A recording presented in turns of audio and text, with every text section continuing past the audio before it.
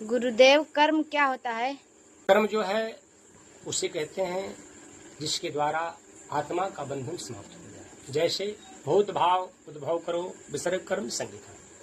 भगवान ने बताया, श्री कृष्ण ने अर्जुन से कहा, है पार्थ, भूतों के अंदर, प्राणियों के अंदर क्षण प्रति क्षण जो भाव पानी के बुलबुले की तरह जो उठते हैं फूटते हैं, भगवान श्री कृष्ण ने अर्जुन से बताया, हे धनंजय, प्राणियों के अंदर जो पानी के बुलबुले की तरह जो भाव उठते हैं फूटते हैं, विसर्ग कर्म संगीता, इसके मिट जाने का नाम ही कर्म होता है।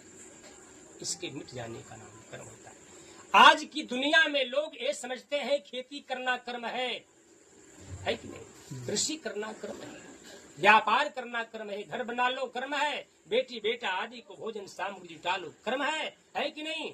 यज्ञ दान पुण्य आदि कर लो कर्म है। लेकिन भगवान ने कहा नहीं, कर्म तो उसे कहते हैं जिससे आत्मा का बंधन प्राकृतिक से विच्छेद हो जाए, है ना महाराज? कर्म उसे कहते हैं जिससे आत्मा का बंधन टूट जाए। इसलिए भगवान ने कहा कि प्राणी के अंदर जो पानी के बुलबुले की तरह संग भाव उठते हैं फूटते हैं, इसके विसर्ग कर्म संगीत मिट जाने का नाम ही कर्म होता है।